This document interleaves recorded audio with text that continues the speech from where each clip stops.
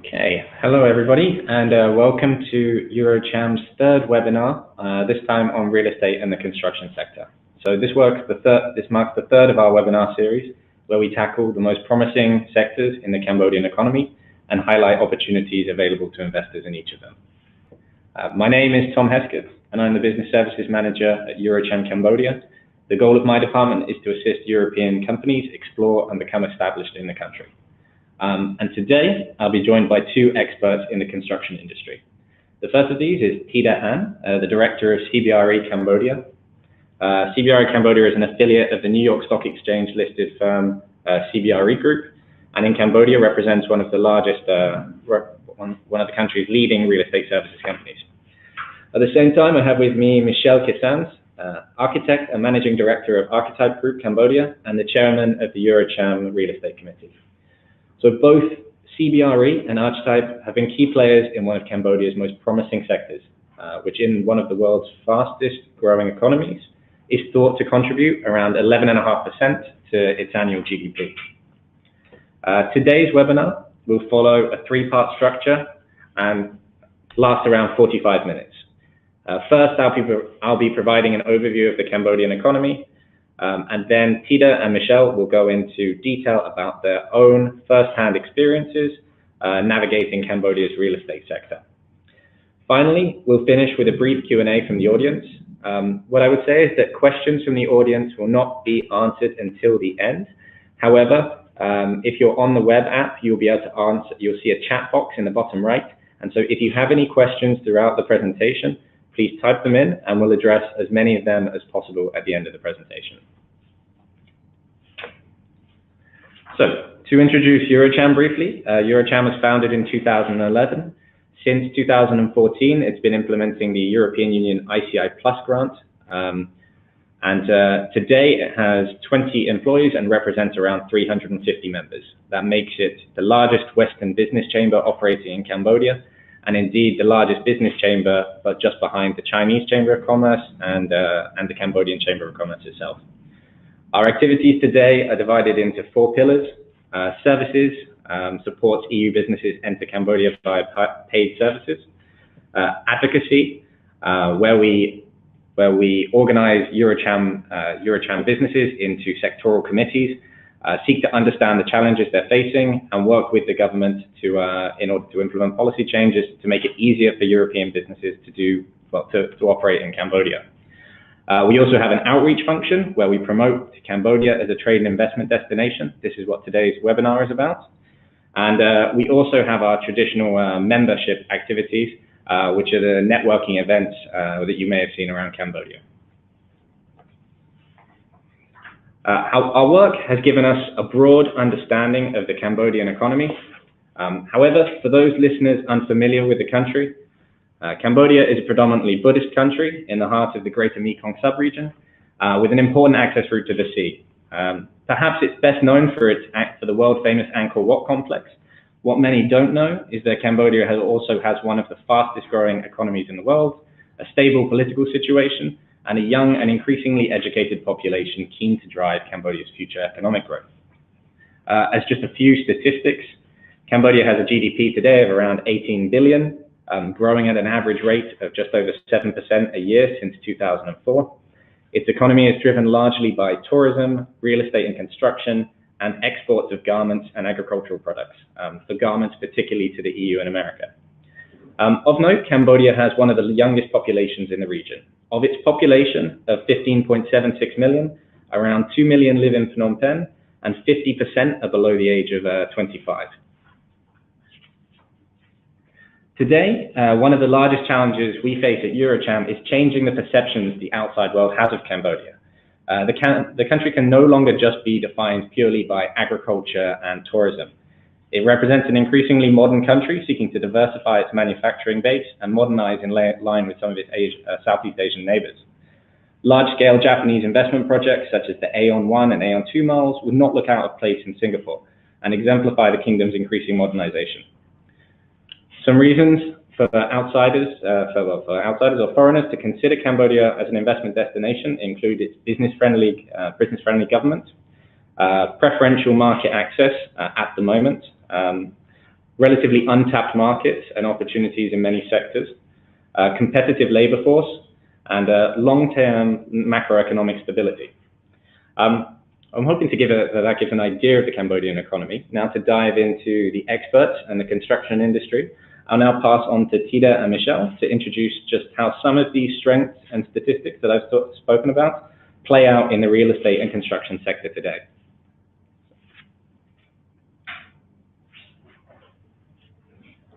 Thank you, Tom, and thank you, EuroCham, that give me an opportunity to be a key speaker for today. Also, good afternoon to all the audience. Let me start with a briefing for CBRE. So CBRE is the international real estate consultancy and agency. We come here into Cambodia since 2008. And myself, Thida, I am the director for CBRE Cambodia, and I run and oversee Cambodia business.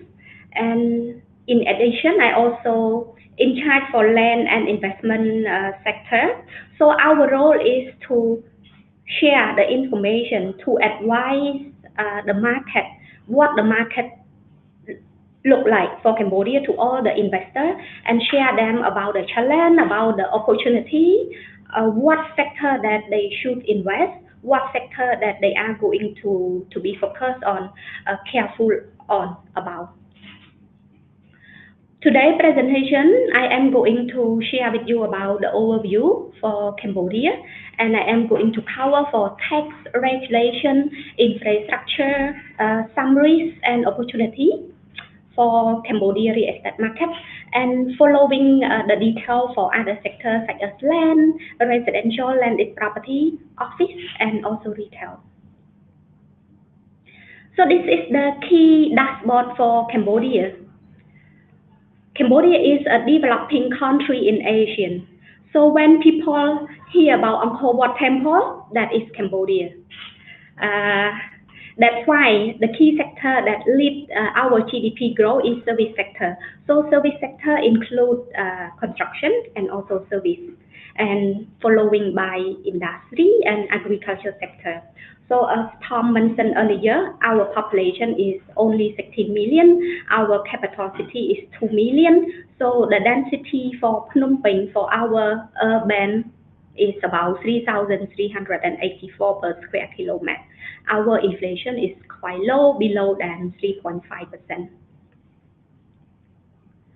Moving to the next slide, I am going to brief about which country that invests in Cambodia the most. So this is the investment for all the sector in Cambodia. It's not just about construction and property alone. 23% is China, and then following by Asian countries, so such as Singapore, Malaysia, Thailand, and Vietnam. And then the third one is come from Hong Kong and Japan. We also have some investments from UK and US as well. The next slide is moving to infrastructure. The key challenge for Cambodia at the moment is infrastructure development, because we are developing country. So that's why government work with other countries to have this sector. We need to expand the road, we need to make a new expressway, we need to build a toll expressway, and also we need to expand our current airport, and also need to build a new airport. So the two airports that under plan at the moment is, one is the expansion for Phnom Penh Airport, and the other one that under construction in Koh Kong. And majority of the funds that we get to develop this sector come from China and Japanese. I am going to brief you about ownership structure for foreigner, how foreigner can invest and own the property in Cambodia. So the first one is land ownership structure for foreigner, and the next one will be co-ownership for foreigner. Some of you may know or not know that foreigner cannot own the land in Cambodia. So that's why there are two structures in order them to own the land. So the first one is they need to set up land holding company. So it must be Cambodian shareholder 51%, and that shareholder can be set up by legal firm as the nominee or use their Cambodian director to be a shareholder. And then the second one is concession land or under long-term lease, 50 years plus 50 years.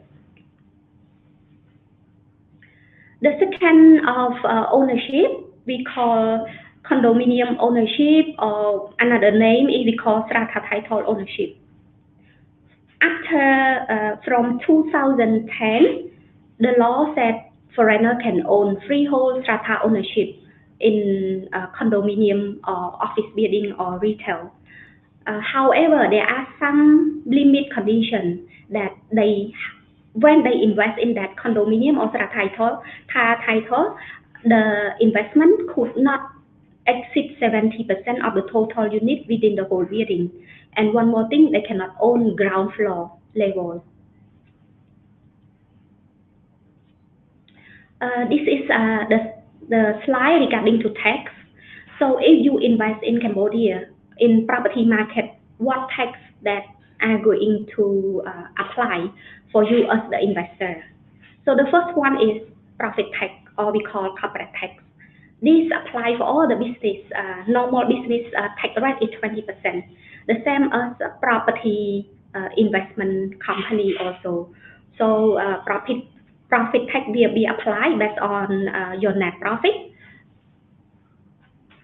And then the next one is withholding tax. So there are two types of withholding tax. One is the withholding tax for non-resident, and another one is for resident. So the withholding tax is applied to, is the obligation of the registered company tenant that has obligation to withhold the tax from their landlord. So if the landlord is foreigner or non-resident, they need to withhold 14% before they make the payment to their landlord. And if their landlord is resident, the tax rate is just 10%.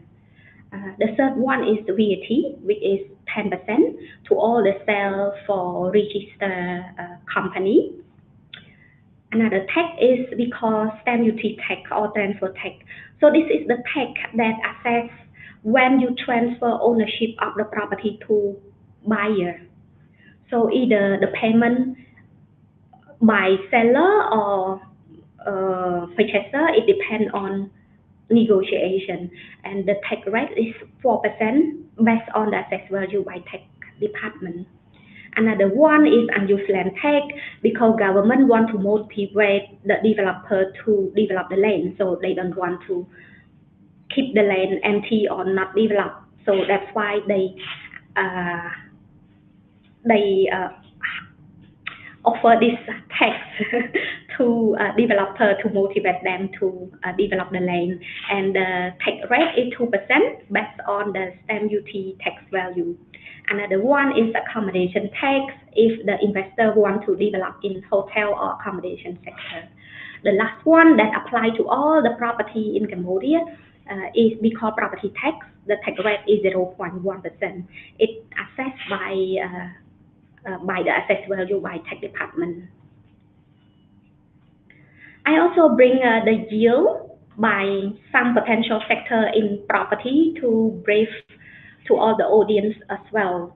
So I also bring the fixed deposit, which is 3.8% per annum if you put the money in the bank, in commercial bank. The sector that generates the high yield return is a residential investment or residential development, and then following by develop the office tower, and then retail development, and the last one is residential. Residential sector used to have high yield return, however it's lower for this couple of years due to additional supply that come to the market. This is the most important slide that I am going to share. It's talk about risk and opportunity for the investor. Before, when you consider Cambodian market, what factor that you should consider about? So let me brief about the risk first. As mentioned earlier, the infrastructure is the key challenging part for Cambodia. So we have a lack of infrastructure development, and also the city do not regulate well by master planning. It's small road, it's not well developed in terms of infrastructure, and we also lack of some law and regulation. We do not have a zone to develop a property, and we also rely on foreign investment. So it means that at the moment there are some challenging for Cambodian people to invest in high-end projects because our earning per capita is quite low.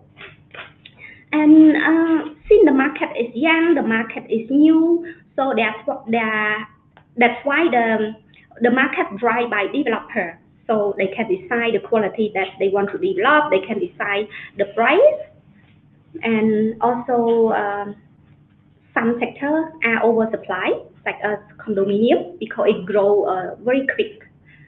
At the same time, we also have some opportunity also. The GDP is grow very quick, it grows by the youthful population. Majority of our population are youth, and then at the moment, the key sector that drive the economic is come from construction and property investment. And compare the land price for Cambodia to other overseas country or our neighborhood country, Cambodia still have a lot of gap to get the price move to other country. And we also have a high yield, as the earlier presentation, that you can see that it's ranked from 6 to 9%, which is very high.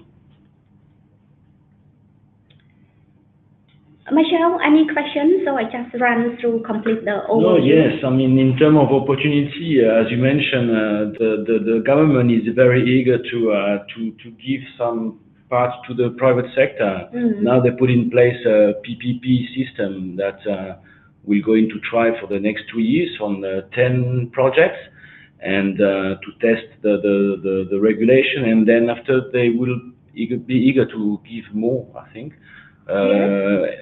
Good example is the airport. It's run by Vinci, which is a European company, French company. So it's called Cambodia Airport. It's 75%, I think, Vinci, and 25% Mohiba, which is from Malaysia. So they got the concession until 2040 to develop and operate the airports in the country. So that's a good example of the government giving opportunity to foreign investors to invest into the infrastructure. Infrastructure sector. I agree with Michel. Yeah. One thing you mentioned, which is also attractive, I think, for foreign investors, is the tax system. The tax system is quite fair. Archetype, we operate in many other countries in the region, and we believe Cambodia is not always easy to understand, but when we understand the setup, we think it's quite fair for foreigners and foreign companies. Tax department are quite easy to approach if we compare to other countries, for example, in the region. So yeah, it's a detail, but it's a good detail. It's good to have that in place in the country. One number you mentioned that surprised me a little bit is the first foreign investor being the Chinese at only 23%. I thought that was much higher in the past years. No, is that right? Yes, it used to be high in 2016. So 2016, it was about 35%. That is the year that Chinese investors come to invest in Cambodia more. But it's lower in 2018. I think this is more about the scale of development. So the scale starts to be smaller compared to the previous couple of years, because Cambodia market is growing, but you need to remember that it's a small scale. So you need to decide which scale that you should developed in Cambodia. So I think investor is understand about that more. So that's why in terms of the new development, they start to lower their scale. Yeah. Do you think it's related to the saturation of condominium supply? I think the Chinese invested a lot in residential projects. Yes. And now there's a bit of a saturation, so that explains the decrease in terms of amount of investment. Yeah. But in the industrial sector, maybe we will talk about that later, but in the industrial sector, they are coming very strong now, I think, as they did 2 or 3 or 4 years ago on the residential part.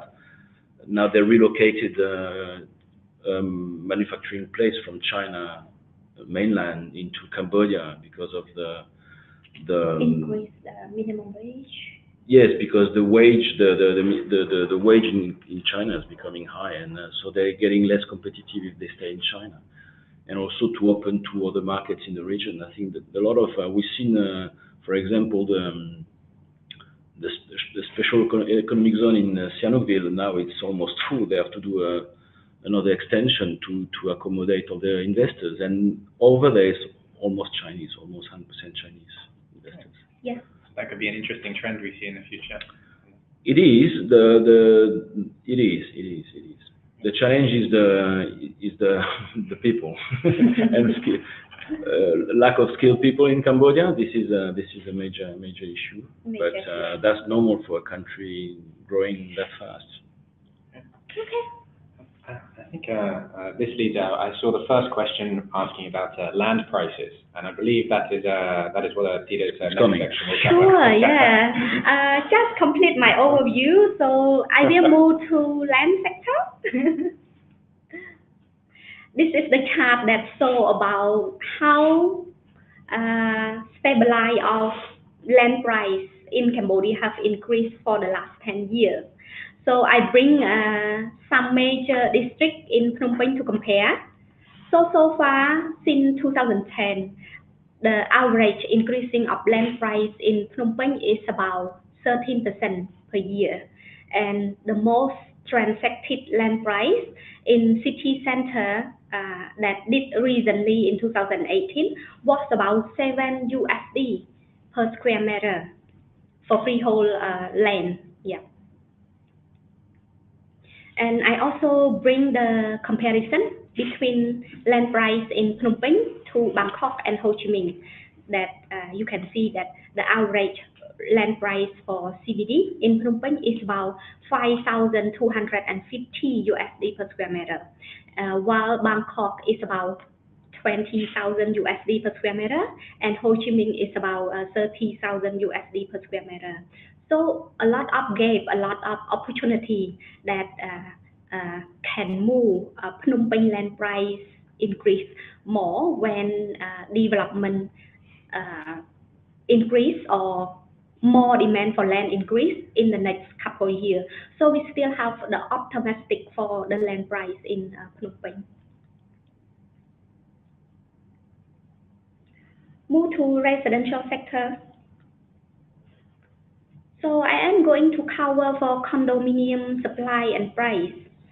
The history for condominium in Cambodia is the first project that brings to the market. It's in 2009, and it's developed by Korean investor. And I remember that the price during 2009 it was about $1,200 per square meter, and the supply at that time is only couple hundred units only. And now at the end of 2018, the total supply is about 14,000 units, and more that supply will increase up to 50,000 units by 2021. So you can see that the supply increase were a lot. It's very high in terms of percentage of supply. However, the market is come from nothing, come from zero in the past 10 years. So in terms of the percentage, it's very high, but in terms of the total unit, it's still okay. we separate the price for condominium into 3 categories. One we call affordable, mid-end, and the high-end. And compared to other countries, our high-end is lower compared to Bangkok. Bangkok high-end condominium is about 10,000 USD per square meter, and we are quite the same to Vietnam for 3,000 USD for high-end condominium project in CBD location. This is the key residential project. So you can see that majority of the project developed by Singaporean developer or Chinese developer and Japanese developer. Moving to landed property. So landed property, I refer to Boray development or villa development or townhouse development. So far, this sector has developed more and more in outskirts of the city, which is about 10 kilometers from the city center, such as San Sok or Rysai Kao or Mien Chai. And this sector is the most popular sector for Cambodian investors. It does not mean that foreigners cannot own landed property. They can own, but it needs to be under leasehold structure, as I mentioned earlier. So leasehold is up to 50 years plus 50 years. And this is the price for landed property. So it ranks from 100,000 to 1.9 million per unit. And if we convert the price into square meter, the price is about 600 to 1,300 per square meter. It depends on the type, it depends on the location that you invest. Most of the developer for Boray is Cambodian developer, such as Bangwood, Orchidea, or Chitmong, or New World, and Norbridge is developing affordable housing development at the moment. Yes, but do you think that the fact that it's Cambodian developers developing for Cambodian market, basically, because as you said, the price in Phnom Penh is still very low compared to other cities in the region, so Cambodians still can afford to buy the land properties. Yes. And the condominium was targeting more the foreigners. That was the tendency for the past 10 years, but now will you see that changing? It's changing. The reason that this market is growing so quick because there are more land at the outskirts to develop into housing development, and the location is not very far from the city center. It's just about 10 to 15 kilometers. But you can see that the city is very congested at the moment, and people always think, the trend of Cambodian people, they always think that they will purchase landed property as their first home, and then their second home will be condominium in the city center. What I have noted so far in the last 3 years, which is about 2006 or 2016, the percentage of Cambodian invest in condominium is less than 30%. But at the moment, it's increased up to 50% for some projects or even more. So it depends on the project. If the project have mostly the affordable project is invest by Cambodian investors for condominium, yes. And high end will be target for foreign investors.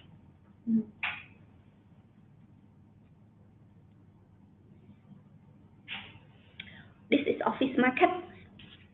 There are two types of office market. So one we call centrally owned, and another one is called subtitle office.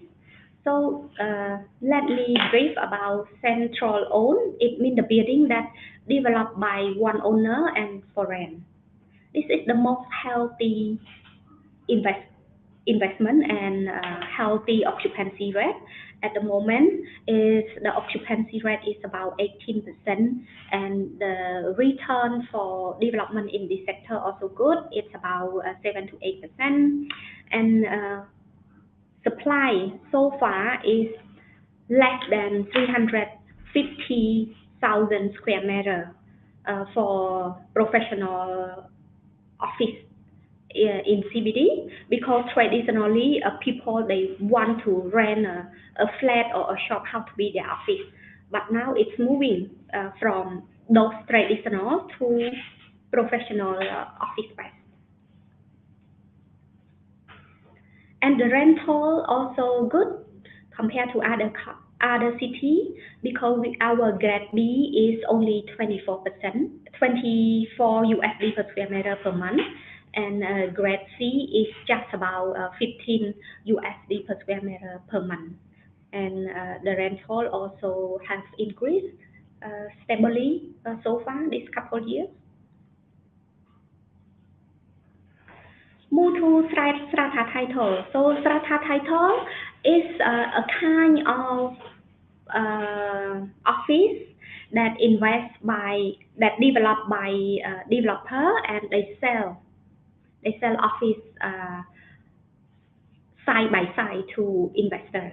So that office building will be have multiple or many owner, and it just delivered to the market in 2018, and I am a bit worried also about this kind of office development or office investment, because in somehow the tenant share that they find hard to get the office space in this kind of sector, because if they need a large size for lease or for rent in that development, they need to sign with a number of owners, so it's quite hard and a big challenge.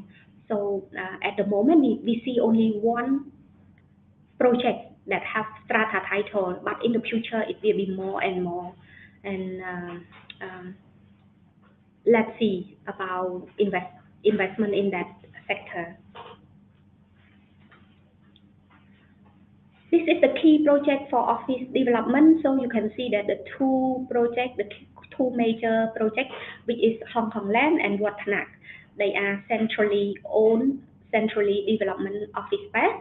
And then the right hand is Gold Tower 42. That is a good news for us and for the project that we just we have seen that this project start to construction and complete this year again.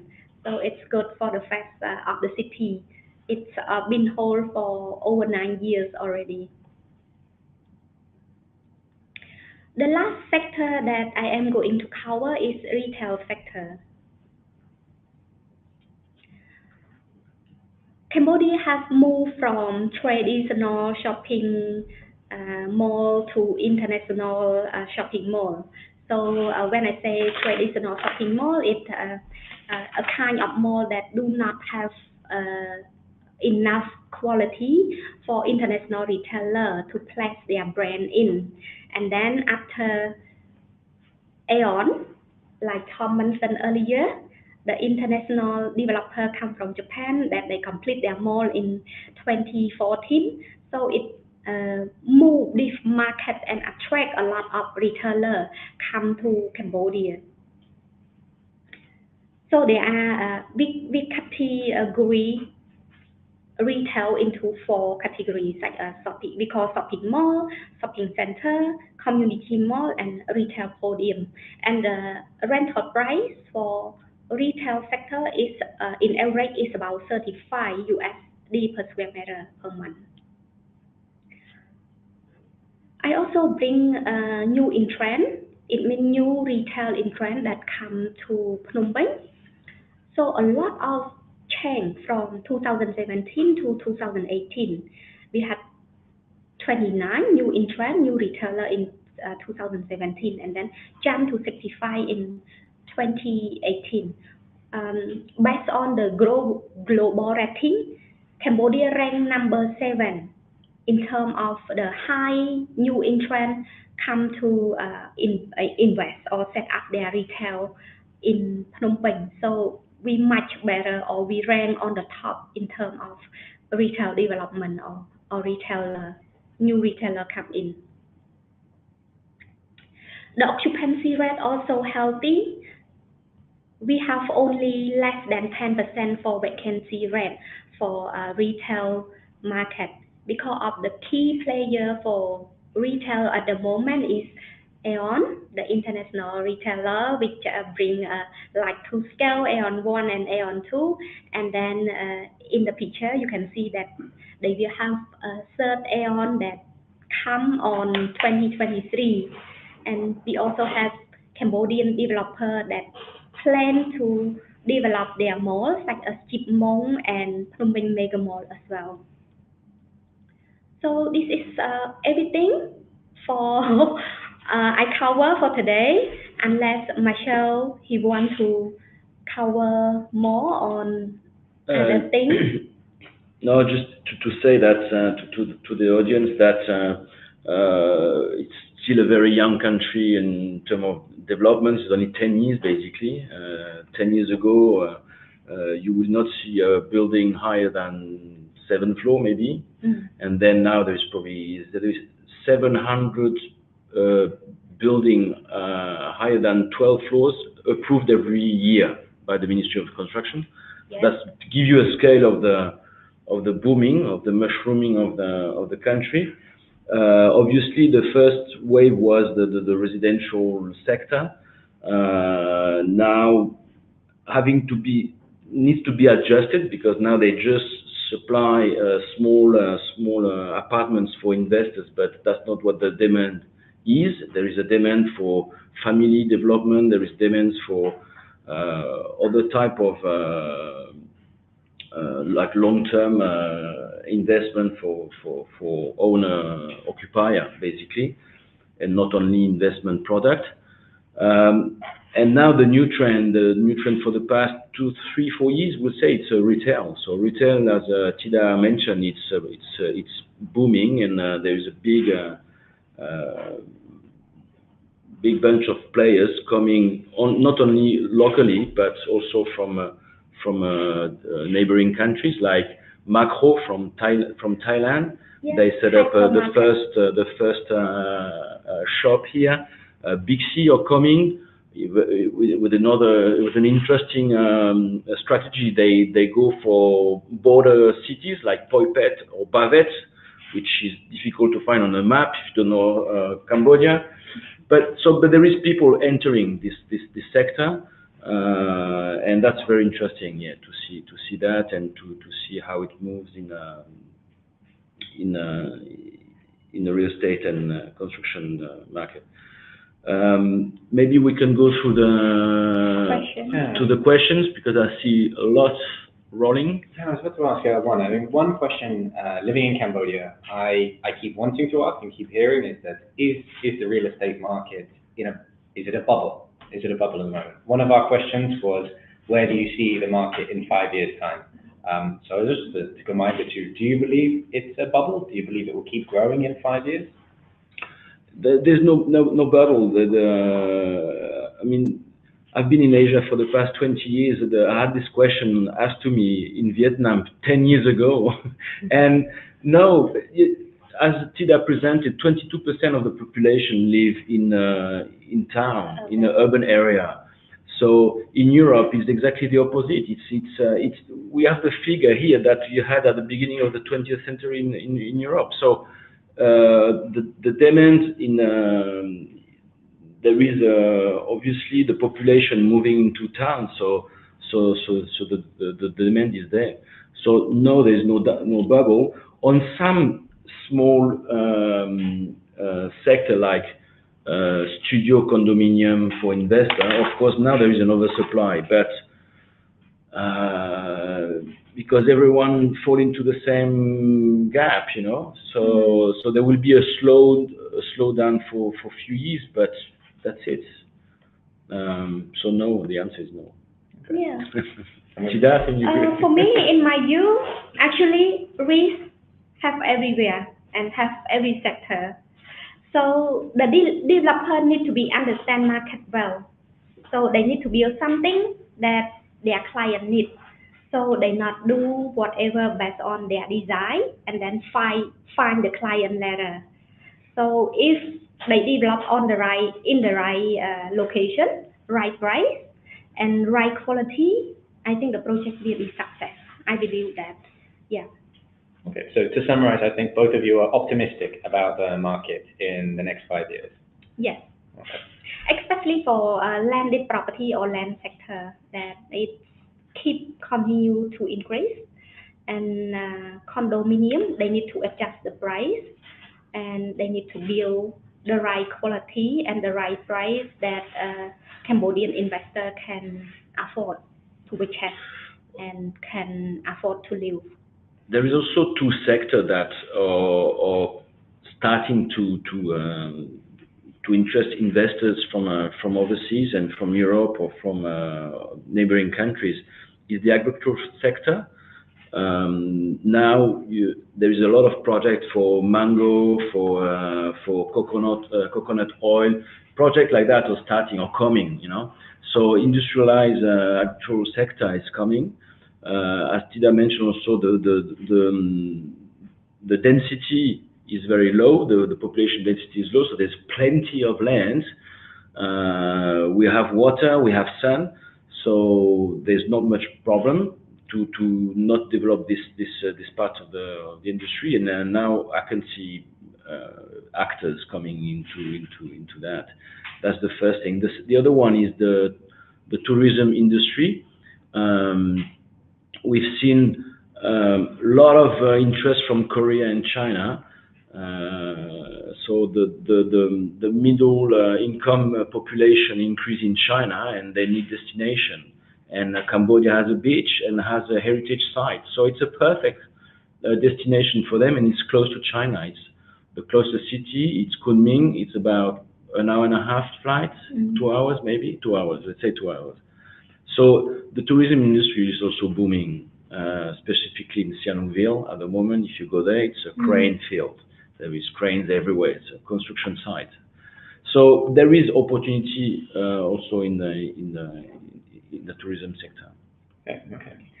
One question I wanted to tackle as well. I remember seeing one question was mentioning environmental social impact assessments. And although my question may not be directly relevant to that, what I'm interested in is you mentioned that there is this rapid growth in high-rise buildings. As somebody who designs these buildings, is it a problem that there is not a robust building code at the moment, or robust environmental social standards to adhere to, or is my understanding of that incorrect? Okay, yes and no. There's two things that investor needs to understand. Yes, there is no building code in Cambodia. They are on the way they're working on that, and us in EuroCham, we do some advocacy work also to help them on FIDI contract, on health and safety, on many aspects of the building code. What they allowed is for foreign investor to use an international code. So it can be Vietnamese, can be Thai, can be Chinese, can be European, can be British American.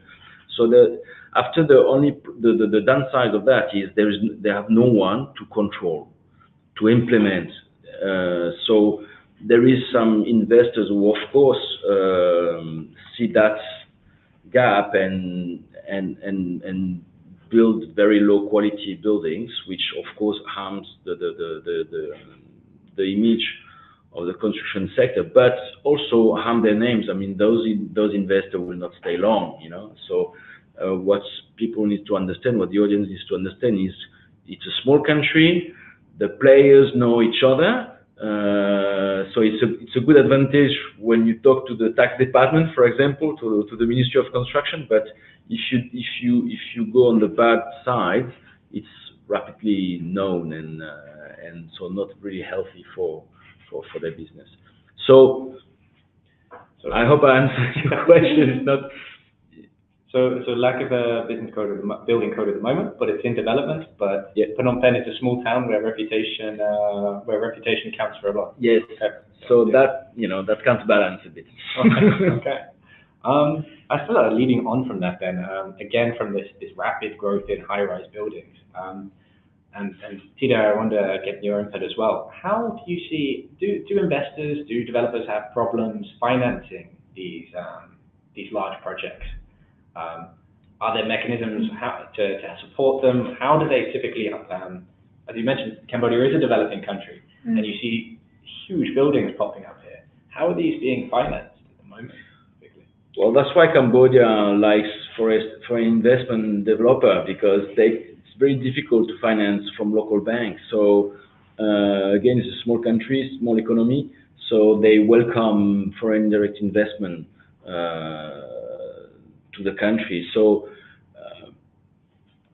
it's not difficult, but it's you cannot borrow a large amount of money from banks in Cambodia yet. Thida, maybe. Sure. What I know, because commercial bank in Cambodia offer a very high rate compared to other countries. They offer between 6% to 8% to developer. So that is the key challenging that the developer find hard to get the loan in Cambodia. So what they have done so far, they normally if they come from overseas country, they normally work between overseas bank and Cambodian bank to get adjust rate.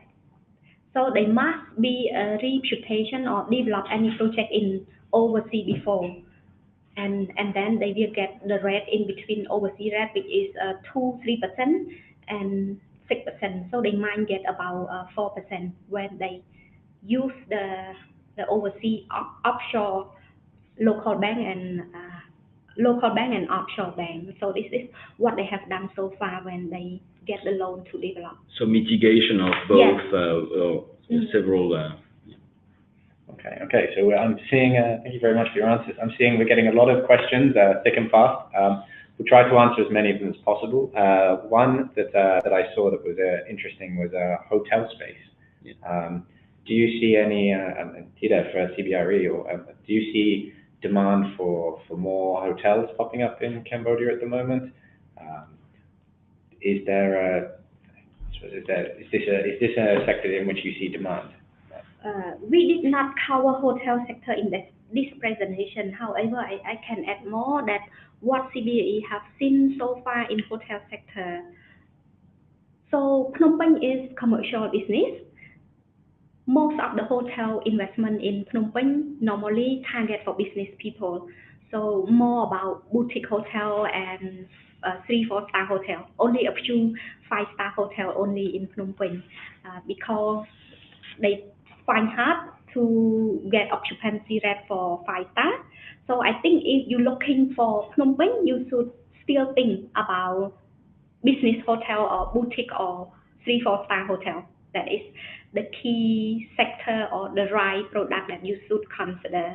And we see more luxury and 5-star hotel in Siem Reap because Siem Reap is hotel sector, hospitality sector that the destination of tourists.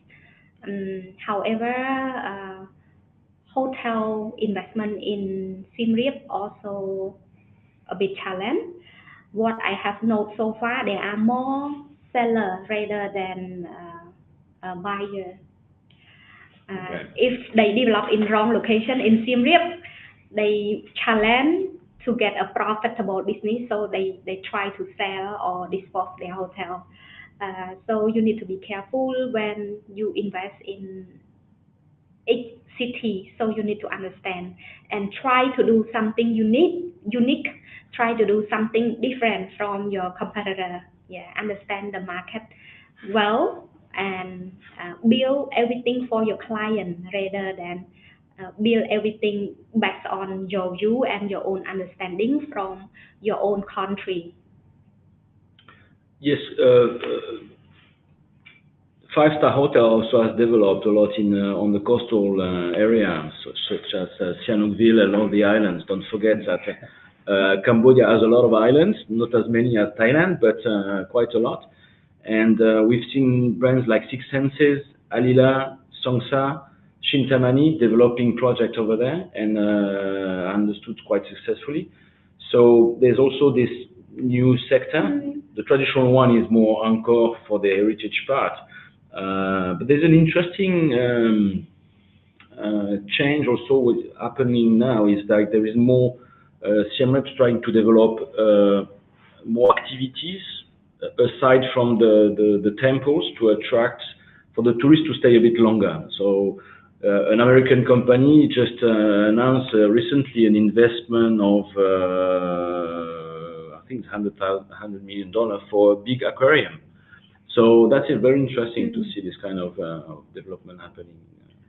I don't think anyone can miss the scale of development going on in Sihanoukville at the moment. It is correct. It is mind-blowing seeing the change in the last 5 years. Okay, so I think at 4:51 to start wrapping up, we can have one more question and then we'll wrap things up. The last question I think we'll address is just one that was asking probably for you, Thida. Maybe more of an opinion, but where is the most booming part of Phnom Penh for office space? The place you see the most demand, or the place that you see most promising in the future? Because maybe you're trying to tap into the CBRE insights there. So office development, office demand still focus on CBD area. So what we define CBRE is CBD area is located along Norodom and Manivong at the moment, and then other road is Sihanouk and road 104, which is the Bank Road. So this is we define as core CBD. So if you are looking to invest in grade A or grade B, we would recommend you to focus on this CBD, this prime road at the moment. However, the city center is expanding. So in the future, we will have a few more CBD, such as ING City. It will be a new area to focus also, and also Bangkok area. Yeah. So there are more and more available land that the developer or investor can focus to develop their office building. Just one thing to add, which is an interesting factor, is when they developed the master planning of Phnom Penh, they introduced into along the big boulevard non-limited. I mean, along Monivong, for example, which is the main boulevard in Phnom Penh, there is no height limit, so you can go as high as you want. That also attracts this sector. Okay. Along Russian Boulevard, you can easily go twice as what they recommend. So it's it's easier to develop along big boulevard. Interesting. So that's interesting part. Okay. So I think if there are any questions that haven't been answered at this point, what I would say is if you send us an email, we'll be able to get hold of them later. We will be sending out the presentation deck as well, and so you will have access to the full recording and the presentation deck. Yes, any other questions we'll address in the email in which we send out the presentation link. And now I believe if you do want to learn a bit more about real estate and construction, I believe Michel just has one more point. Yes, we organized our 4th Real Estate and Construction Forum the 31st of May, so in few weeks. That will be at the Raffles Hotel in Phnom Penh, the 31st of May, so that's a Friday. The general admission is $55, so you're all welcome to fly to Phnom Penh and join the forum. And you will meet Thida, you will meet me, and many other actors in the sector, and have more time maybe to answer all these questions. Perfect. Okay. Thank you very much. Well, Michel, thank you very much. Thida, thank you very much. Everybody who joined us today, thank you for joining. And I hope to see all of you at the Real Estate and Construction Forum later in the year. Thank you very much. Thank you. Thank you.